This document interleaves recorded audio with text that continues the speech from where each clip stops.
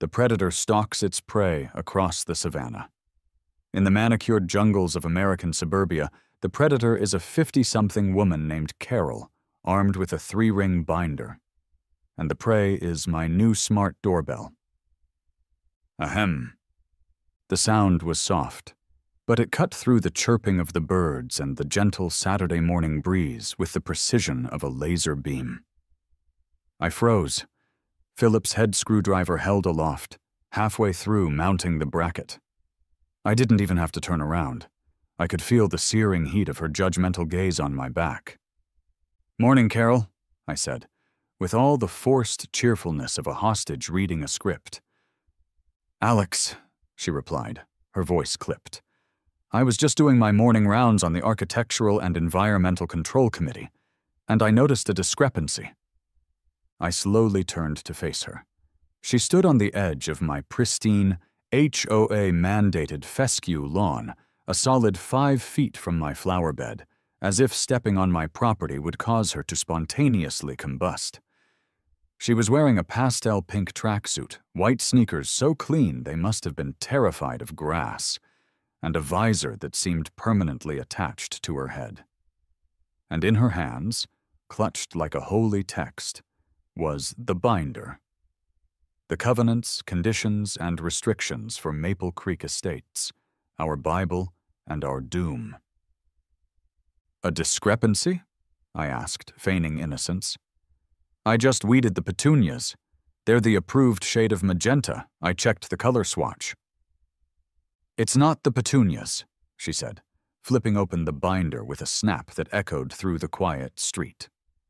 Her finger, tipped with a perfect French manicure, landed on a line of text. "It's the fixture.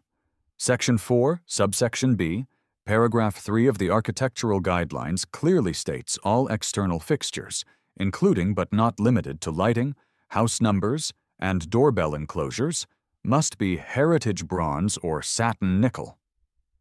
"That," she said, pointing a trembling finger at the sleek little device in my hand, "appears to be graphite black." I looked down at the smart doorbell. It was, indeed, a very handsome shade of graphite black. I looked back at her.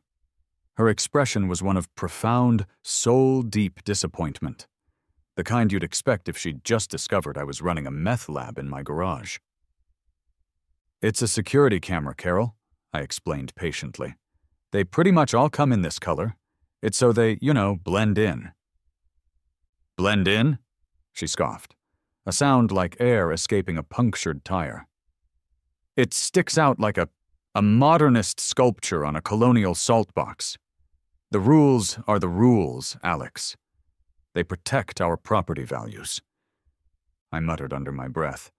So does not getting burglarized, but what do I know? This was my life now. 6 months ago, my partner, Sarah, and I had traded our cramped, noisy, but wonderfully anonymous city apartment for this.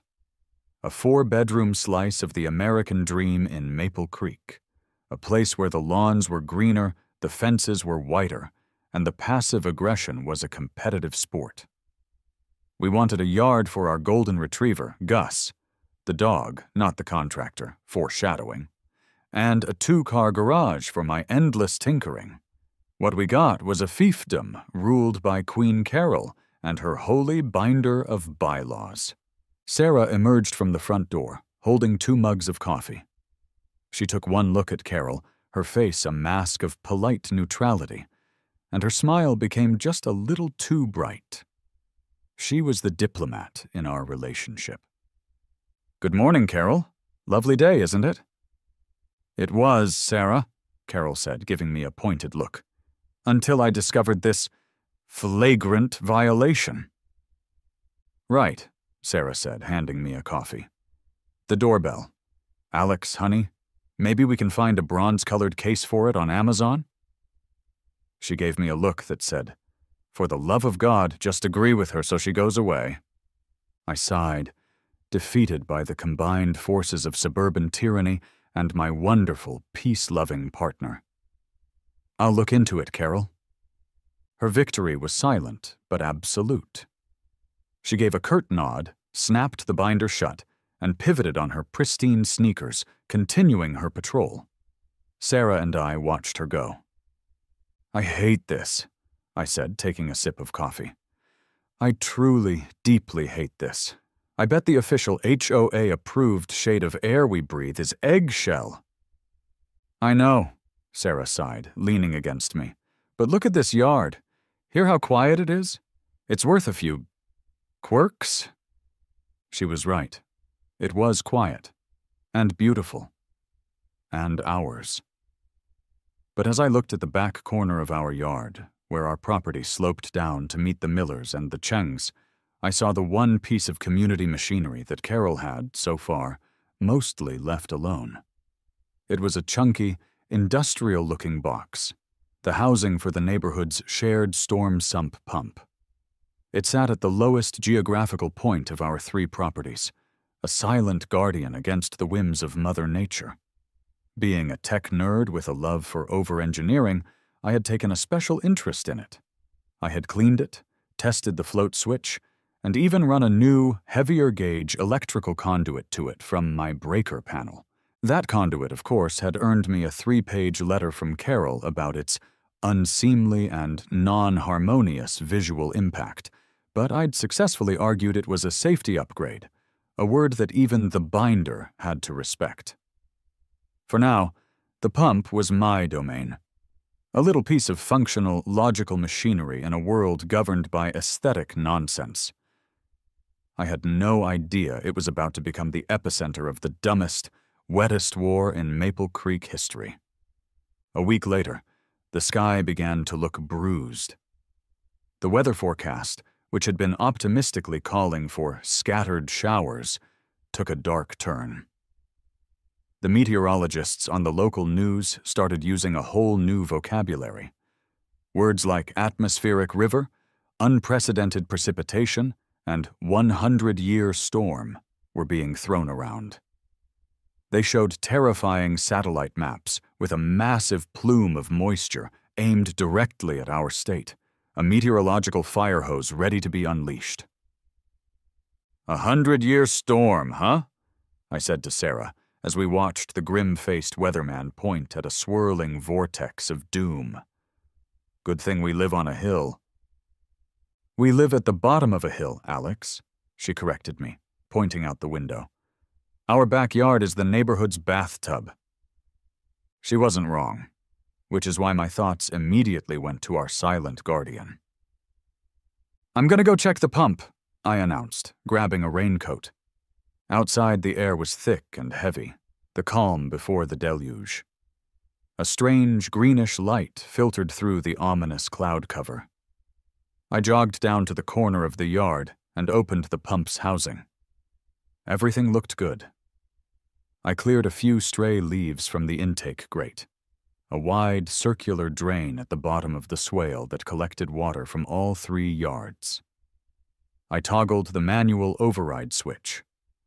The pump kicked on with a satisfying, deep-throated whoomp, its motor humming powerfully. Water from the last rainfall, still sitting in the basin, was sucked down and ejected through the outflow pipe that led directly to the main storm sewer under the street. I felt that little thrill of satisfaction a guy like me gets when a well-maintained piece of machinery does exactly what it's supposed to. I was a responsible homeowner, a preparer, a bulwark against the coming storm. "Making unauthorized modifications again, Alex?" I swear the woman had a cloaking device. I spun around to find Carol standing there, arms crossed, her visor pulled down low like a warrior preparing for battle. "It's called maintenance, Carol," I said, trying to keep the irritation out of my voice. "You know, for the unprecedented precipitation that's about to turn your prize-winning petunias into soup, all modifications and maintenance must be approved by the committee," she recited, her voice a flat monotone. "I've received a preliminary complaint about the noise levels of that pump during its last automated cycle." "A complaint? From who? It runs for maybe 3 minutes at a time." "That is confidential committee business," she said. "I'm just suggesting you be mindful." The bylaws regarding noise nuisances are very clear. I just stared at her.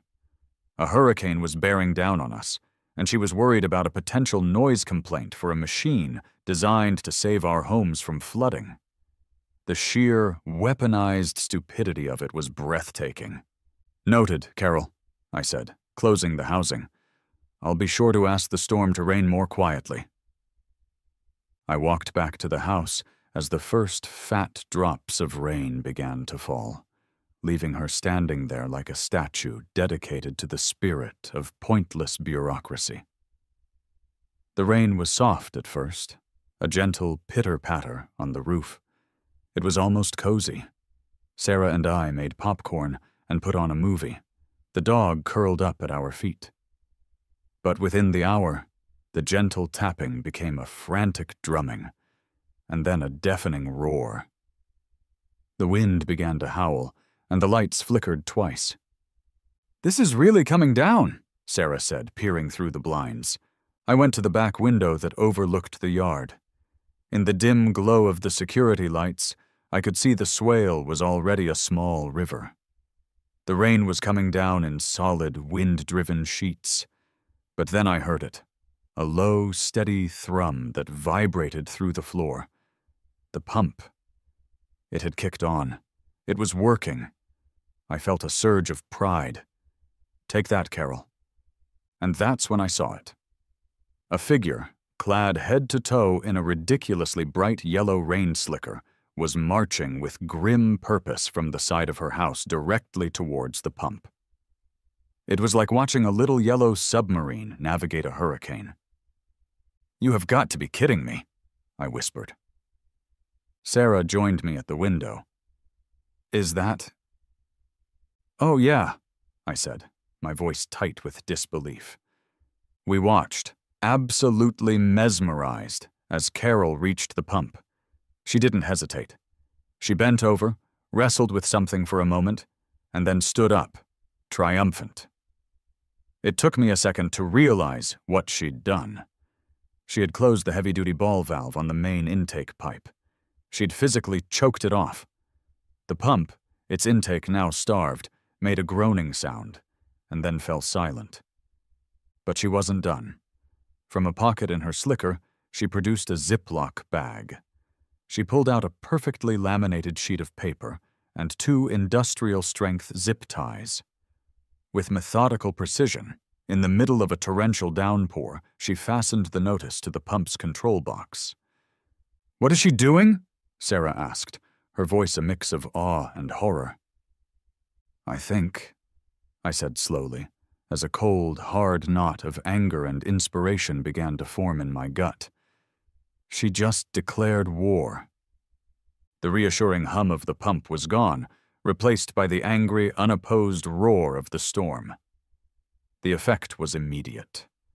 The water in the swale, which had been held at a steady level, began to rise with terrifying speed. It was no longer just creeping up the lawn. It was swallowing it.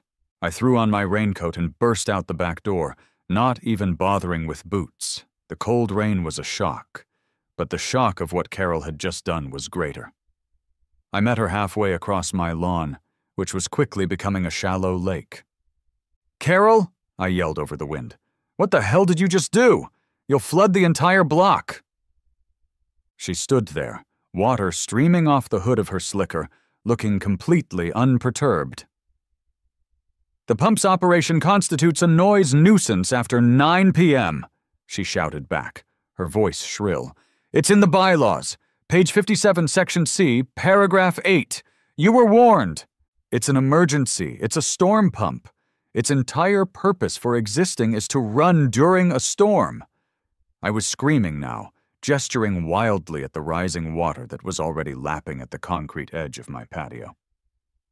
"You should have filed an emergency variance request with the committee," she replied, with the calm, infuriating logic of the truly insane.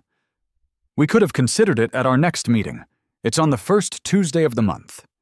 I just stood there, my mouth hanging open, as the absurdity of her statement washed over me. The first Tuesday of the month. By then, my house would be a water feature, and she'd probably be fining me for having an unapproved pond on my property. She saw my stunned silence as an admission of defeat. She gave me a curt, dismissive nod, turned her back on me, and began her triumphant march back to her dry, smug, uphill house. I watched her go, the rainwater running down my face and the rage building in my chest. I looked at the dark, swirling water. I looked at my house. I looked at my watch. The entire exchange, from seeing her on my lawn to her final, insane declaration, had taken less than 4 minutes. 4 minutes. That's how long it took for my suburban dream to turn into a waking nightmare. The anger was white-hot, but then something else pushed through. It was a cold, clear, and wonderfully vindictive sense of purpose. Malicious compliance. It was time to fight stupid with superior firepower. I ran back inside, dripping a puddle on the hardwood floor. Sarah was at the basement door, her hand on the knob, her face pale. "Alex," she said, her voice trembling slightly. I can hear water, a trickle. That was it, the battle cry, the line in the sand, or in this case, the line in the water. "Okay," I said, my voice eerily calm. "Plan B." I grabbed my laptop from the counter, my fingers flying across the trackpad. Sarah looked at me confused. "Are you looking up the bylaws?" "Bylaws?" I laughed, a short, sharp bark. "Sarah, honey, the time for bylaws is over. The time for overwhelming mechanical superiority is at hand." I wasn't Googling HOA legal precedents. I was Googling 24/7 emergency water pump rental. The first number I called went straight to a voicemail that cheerfully informed me their business hours were Monday to Friday, 9 to 5. Useless. The second place I called, Pip's Pumps, was answered by a sleepy-sounding teenager who told me the best he could do was a 2-inch electric pump, and I'd have to come pick it up myself. I was about to give up when my eyes landed on a listing at the bottom of the page. It was gloriously uncorporate. Just a bold, no-nonsense name, Gus's Big Suckers Pump and Drain. No job too big or too wet. I punched in the number. It rang once. A deep, gravelly voice answered, sounding like he gargled with rocks and whiskey. "Gus's Big Suckers. You got a flood? We got the truck." The pure, distilled competence in that sentence was the most beautiful thing I had ever heard. "Hi, yeah, my name is Alex. I have a situation," I said, trying to sound coherent. "My community storm pump was just manually shut down by the head of my HOA in the middle of a biblical flood. I need to move a lot of water, like yesterday."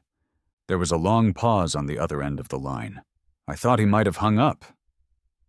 Then, a low, slow chuckle rumbled through the phone. "Let me guess," the voice drawled. "You're in Maple Creek Estates." My heart skipped a beat. Yeah. How did you know?" "An HOA shutting off a storm pump during a deluge has a certain signature style. Ma'am in the big white house on the corner with the prize-winning roses? Name's Carol?" "You're a prophet," I whispered in awe. "Son, I'm not a prophet. I'm a contractor. I've had more calls from that neighborhood than I can count. She once tried to fine one of my drivers because his truck's tires left non-uniform tread patterns on the asphalt. So you finally decided to push back, huh? I like you. I'm just finishing up a water main break downtown. You want the Poseidon's Wrath package? I don't even know what that is, but yes. Yes, I want it very much." "It's a 6-inch diesel trash pump mounted on a tandem axle trailer," he said, and I could hear the grin in his voice. "Moves about 2,000 gallons a minute. She's a little loud." My own grin spread across my face. "Loud is good," I said, looking out the window at Carol's dark, quiet house. "Loud is perfect. How soon can you be here?" "Let's just say," Gus rumbled, "Carol's beauty sleep is about to be rudely interrupted." 20 minutes. That's how long it took for the cavalry to arrive. But it wasn't the gentle clip-clop of horses. It was the deep, throaty rumble of a diesel engine.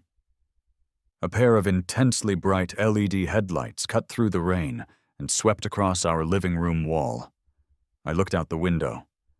Parked in front of my house was an absolute unit of a truck, an enormous Ford F-350 Dually that looked like it ate other trucks for breakfast. Its amber emergency lights were flashing, painting the rain-slicked street in rhythmic, pulsing strobes. And hitched to the back was my salvation, a trailer carrying a bright red pump the size of a Fiat. A bear of a man hopped out of the driver's side.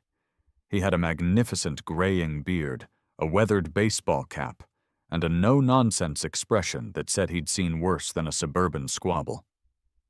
This had to be Gus. Up and down the street, lights were flicking on. Curtains were being pulled back. This was a level of excitement Maple Creek hadn't seen since someone planted non-approved impatience in their flower box. I met Gus on the porch. We shook hands. His was like gripping a leather-bound brick. "Alex? I'm Gus," he said, his voice just as gravelly in person. "Well, you weren't kidding. Your backyard's trying to become a lake." He surveyed the scene with the practiced eye of a battlefield general. "Okay, simple job. We run the intake from the pump, across the front lawn, down the side, and drop it right in the deepest part of that ditch. The outflow hose will run straight to that big storm drain by the curb. We'll have this place drained in a couple hours." His calm, professional demeanor was a balm to my frayed nerves. As his assistant began unspooling a massive 6-inch-wide hose that looked like an anaconda, the front door of Carol's house flew open. She stormed out, somehow still holding the binder, now safely encased in a jumbo Ziploc bag. She marched to the edge of her lawn, not daring to step onto the street, and pointed a quivering finger at Gus's truck. "What is the meaning of this?" she shrieked, her voice barely audible over the rain and the idling diesel engine. "You cannot have commercial vehicles parked in a residential zone overnight. It is a direct violation of Section 7, subsection D." Gus just turned, looked at her, and gave her a slow, deliberate grin. He'd been waiting for this moment. I stepped forward, positioning myself on my lawn, creating a clear demilitarized zone between them. "Relax, Carol," I called out, my voice dripping with false sincerity. "It won't be here overnight, and per your own official laminated violation notice, I have ceased and desisted all operation of the community pump. I'm being a good neighbor." Her eyes narrowed. This monstrosity," she spat, gesturing at the truck and pump, "is a far worse violation. The noise, the commercial activity, the aesthetics." "This is my private property," I said, sweeping my arm to indicate my house and yard. "And this is a private contractor I hired to perform an emergency service to prevent my home from flooding. A situation created, I might add, by you. It's a temporary emergency measure. I'm sure even your binder has a clause for that. Force majeure, I believe it's called." I didn't actually know if it did, but throwing around a little French seemed to stun her into silence for a second. It was just enough time for her to regroup and pull out her ultimate weapon. "That's it!" she shrieked, fumbling for her phone. "I'm calling the police. You are creating a public nuisance and conducting unlicensed commercial operations." She turned and stomped back toward her house, phone pressed to her ear. Gus just looked at me and winked. "Stage 2, right on schedule." A few minutes later, a police cruiser rolled slowly down the street, its blue and red lights painting everything in an eerie, strobing glow. 2 officers got out, their faces set in the weary, resigned expression of public servants who know they're about to wade into an argument that has nothing to do with actual crime. The senior officer's name tag read Miller, the younger one's Davies. They went to Carol first, who had positioned herself on her porch like a general on a hilltop. We couldn't hear what she was saying, but we could see it. She was frantic, pointing at the truck, at me, and repeatedly brandishing her Ziploc-encased binder like a holy relic. Officer Miller listened patiently, nodding, while Officer Davies looked over at the pump setup with an expression that was fighting a losing battle with a smirk. Finally, they ambled over to us. "Evening, folks," Officer Miller said, his voice tired. "Quite a night.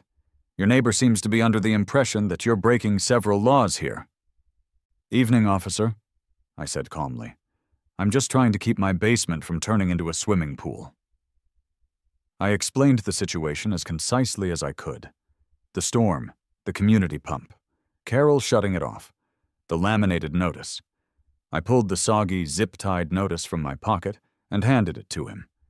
He took it, holding it under the beam of his flashlight. Officer Davies leaned in to read it with him. I watched as Davies's shoulders started to shake. He turned away, pretending to cough, but I knew. He was laughing. Officer Miller read the entire notice, a slow smile spreading across his face. He looked up at me. "So, let me get this straight. She turned off the designated flood pump during a historic flood because it was too loud?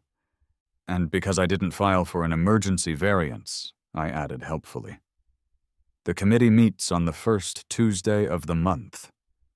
"Right," Miller said, handing the notice back to me. He looked at Gus's rig. "And this is your solution?" "This is my temporary emergency solution to prevent tens of thousands of dollars in property damage. Yes, sir." He nodded slowly, then turned and walked back over to Carol's porch, Officer Davies trailing behind him. "Ma'am," we heard Officer Miller say, his voice firm but respectful. "With all due respect, this is a civil matter between you and your neighbors. This gentleman is taking what appear to be reasonable and necessary steps to protect his property from an imminent threat. There is no crime being committed here. We can't tell him to turn it off." Carol's indignant squawk was audible even over the storm. But the officers were already walking back to their car. They gave me a final, almost imperceptible nod before getting in and driving away. The sight of those departing taillights was one of the most beautiful things I have ever seen. The system she worshipped, the authorities she had summoned, had failed her. She was alone with the monster she had created. She stood on her porch, sputtering in impotent rage. Gus clapped me on the shoulder, his grin wider than ever. "All right, kid, showtime." He walked over to the pump and looked at me, his hand on the ignition key. "Ready for the show?" "Born ready, Gus," I said. "Let her rip." Gus twisted the key. The diesel engine coughed once, a puff of black smoke rising into the rain-soaked air. It coughed again, and then it erupted. It wasn't just a sound, it was a physical presence. It was a glorious, unholy, ground-shaking roar that ripped through the quiet suburban night. It was the kind of noise that rattles fillings, shakes windows in their frames, and makes babies cry 3 towns over. The entire rig vibrated with sheer, unadulterated power. The 6-inch intake hose, which had been lying like a deflated snake across my lawn, instantly stiffened and swelled, suddenly filled with a rushing torrent of water. A moment later, the outflow end, aimed squarely at the street's storm drain, came to life. It didn't just pour, it blasted. A solid 6-inch column of muddy water, leaves, twigs, and all the debris of the storm shot out of the hose, creating a man-made waterfall that crashed into the street with a sound like a freight train. It was magnificent. It was overkill. It was perfect. The water level in my backyard, which had been creeping ominously towards my basement windows, began to visibly recede within minutes. The pump was doing in seconds what the smaller community pump would have taken 10 minutes to accomplish. And then I saw it. The cherry on top of this beautiful, cacophonous sundae of vengeance. The outflow was perfectly legal, aimed directly at the city-owned storm drain, but the sheer volume and pressure of the water were creating an enormous plume of splashback. A fine, dirty mist that was being carried by the wind and deposited, with gentle insistence, all over Carol's meticulously manicured, award-winning rose garden. I looked over at her porch. She was still standing there, frozen, her face a perfect mask of horror and disbelief. She watched as her prized Queen Elizabeth and Mr. Lincoln roses were pelted by a fine spray of my backyard's dirtiest runoff. She had sowed the wind, and now she was reaping a diesel-powered whirlwind. I took a deep, satisfying breath, the air tasting of rain and sweet, petty victory. The beast roared for 2 solid hours, a beacon of defiance in the storm-tossed night. It became the soundtrack to Carol's defeat. The water in my yard, and consequently in the Millers' and the Cheng's yards, receded completely. We were saved. As the rain finally tapered off to a light drizzle, Gus gave me the signal. He turned the key, and the glorious roar was cut off, replaced by a silence so profound it was almost as shocking as the noise had been. Gus and his assistant efficiently packed up the hoses. I met him at his truck, my checkbook in hand. "I don't know how to thank you, Gus," I said, writing out the check and adding a tip that was probably bigger than the bill itself. He just chuckled, taking the check. "Don't thank me. Just doing my job. You call me any time that woman gives you trouble. Consider it a bonus for services to the community." We shook hands, and with a final wave, the behemoth F-350 rumbled off into the night, leaving our street quiet once more. The next morning, the sun was shining. The world looked freshly scrubbed. My yard was soggy, but intact. My basement was bone dry. Carol's rose garden, however, looked like it had been through a mud wrestling tournament. A fine layer of silt covered every petal and leaf. Later that morning, Mr. Chung and Mrs. Miller came over, each bearing a plate of thank-you cookies. "We saw the whole thing," Mr. Chung said, shaking his head. "We were about to get water in our crawl space. You saved us, man." "I can't believe she did that," Mrs. Miller added. "Turning off the pump? What was she thinking?" I was no longer just the guy with the non-compliant doorbell. I was a local folk hero. The man who brought in the big pump. The inevitable email arrived that afternoon. "Emergency HOA board meeting, 7 p.m. tonight, via Zoom." Sarah and I logged on from our living room, a bowl of popcorn and the thank-you cookies between us. The screen was a Brady Bunch grid of concerned and angry faces. Carol appeared in her box, looking haggard, her hair slightly askew. She had a defensive, wounded look on her face. She tried to launch into a prepared speech about bylaws and noise ordinances, but she was quickly shouted down. People were furious. "You could have caused thousands of dollars in damages, Carol," someone yelled. "My kid's playroom is in the basement. Did you think about that?" Another chimed in. The tide had turned. Her power, built on the flimsy foundation of nitpicking and intimidation, was crumbling. The final nail in her coffin came from an unexpected source. Mr. Henderson, a quiet, retired civil engineer who lived 3 streets over. He unmuted himself, his face calm and authoritative. "Carol," he began, his voice steady. "As a licensed engineer with 40 years of experience in municipal water management, I feel compelled to inform you that your actions were not just negligent, they were breathtakingly reckless. That pump is sized for a specific flow rate based on the watershed of this area. Disabling it during a peak flow event, as you did, put at least 3 homes at catastrophic risk. You didn't prevent a noise violation. You actively endangered the property and safety of your neighbors." You could hear a pin drop in the Zoom call. Carol's face went from pale to ghostly white. Her binder was nowhere in sight. The board president called for a vote of no confidence in Carol as the head of the Architectural and Environmental Control Committee. It was unanimous. She was stripped of her title and her power in a swift, brutal, digital coup.